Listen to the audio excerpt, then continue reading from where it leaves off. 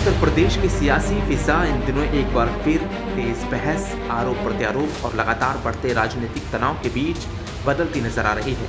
गाजीपुर के कटरिया गांव में किशोरी की मौत, फतेहपुर में सामने आया कथित दुष्कर्म मामला और हरदोई का शिल्पी कुशवाहा हत्याकांड, इन तीनों घटनाओं ने मिलकर प्रदेश की राजनीति को एक नए मोड़ पर ला खड़ा कर दिया है। जैसे जैसे विधानसभा चुनाव नजदीक आ रहे हैं, ये घटनाएं अब सिर्फ स्थानीय घटनाएं नहीं रह गई हैं, बल्कि पूरे प्रदेश की सियासत का बड़ा मुद्दा बनती जा रही है। गाजीपुर के कटरिया गांव की घटना ने शुरुआत में स्थानीय स्तर पर ही लोगों का ध्यान खींचा था, लेकिन धीरे धीरे ये मामला प्रदेश और राष्ट्रीय राजनीतिक तक पहुंच गया। किशोरी की मौत को लेकर गांव में पहले से चल रही स्थानीय राजनीतिक खींचतान भी सामने आने लगी थी, जहां ग्राम प्रधान प्रतिनिधि और उनके प्रतिद्वंदी गुट के बीच पुरानी रंजिश की बातें गांव के लोगों के बीच चर्चा का विषय बनी हुई थी। ग्रामीण इसे केवल एक आपराधिक घटना नहीं, बल्कि स्थानीय सियासत से जुड़ा मामला बता रहे थे। लेकिन जैसे जैसे ये मामला बाहर आया, इसमें राजनीतिक प्रतिक्रियाओं की गूंज तेज होती चली गई।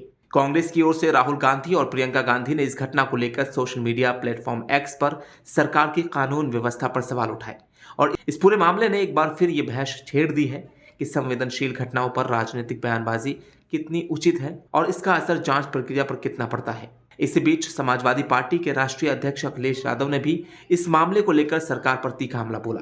उन्होंने आरोप लगाया कि सत्ता से जुड़े लोगों को बचाने की कोशिश की जाती है और कई मामलों में कार्रवाई समय पर नहीं होती है। उनके अनुसार अगर आरोपी किसी खास राजनीतिक या जाति पृष्ठभूमि से न जुड़े होते तो कार्रवाई कहीं ज्यादा तेज होती। उनके इन बयानों ने प्रदेश की राजनीति में नया विवाद खड़ा कर दिया। फतेहपुर में सामने आया कि कथित दुष्कर्म और छेड़छाड़ का मामला भी इसी राजनीतिक माहौल को और गर्म कर रहा है। इस घटना को लेकर अखिलेश यादव ने सोशल मीडिया पर सरकार को घेरा और कहा कि जिस स्थान पर घटना हुई है वह पहले भी विवादों में रहा, फिर भी सुरक्षा व्यवस्था को मजबूत नहीं किया गया। उन्होंने सवाल उठाया कि जिम्मेदारी तय क्यों नहीं हो रही और बार बार ऐसी घटनाएं क्यों सामने आ रही है। इधर हरदोई का शिल्पी कुशवाहा हत्याकांड अब पूरी तरह से राजनीतिक मुद्दा बन चुका है। समाजवादी पार्टी के प्रमुख अखिलेश यादव खुद हरदोई के गढ़ी रसूलपुर गांव पहुंचे और पीड़ित परिवार से मुलाकात की। इस दौरान उन्होंने कहा कि परिवार ने कई बार पुलिस और प्रशासन से शिकायत की, लेकिन समय रहते कोई ठोस कार्रवाई नहीं हुई। उन्होंने मांग की कि इस पूरे मामले की जांच सीबीआई से कराई जाए ताकि निष्पक्षता बनी रहे और दोषियों को सख्त सजा मिले। कानून की बात है, बेटी ने, परिवार ने कई बार थाने को बताया,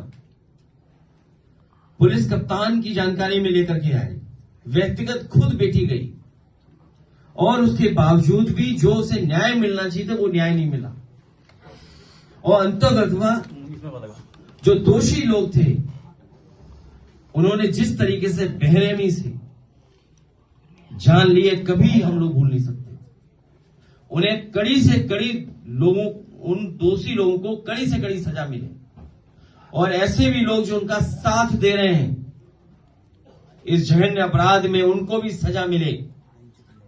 और अगर सरकार सोचती है कि निष्पक्ष हो सकती है तो इसकी हम मांग करते हैं, परिवार भी मांग करता है, सीबीआई जांच हो और इस परिवार को न्याय मिले।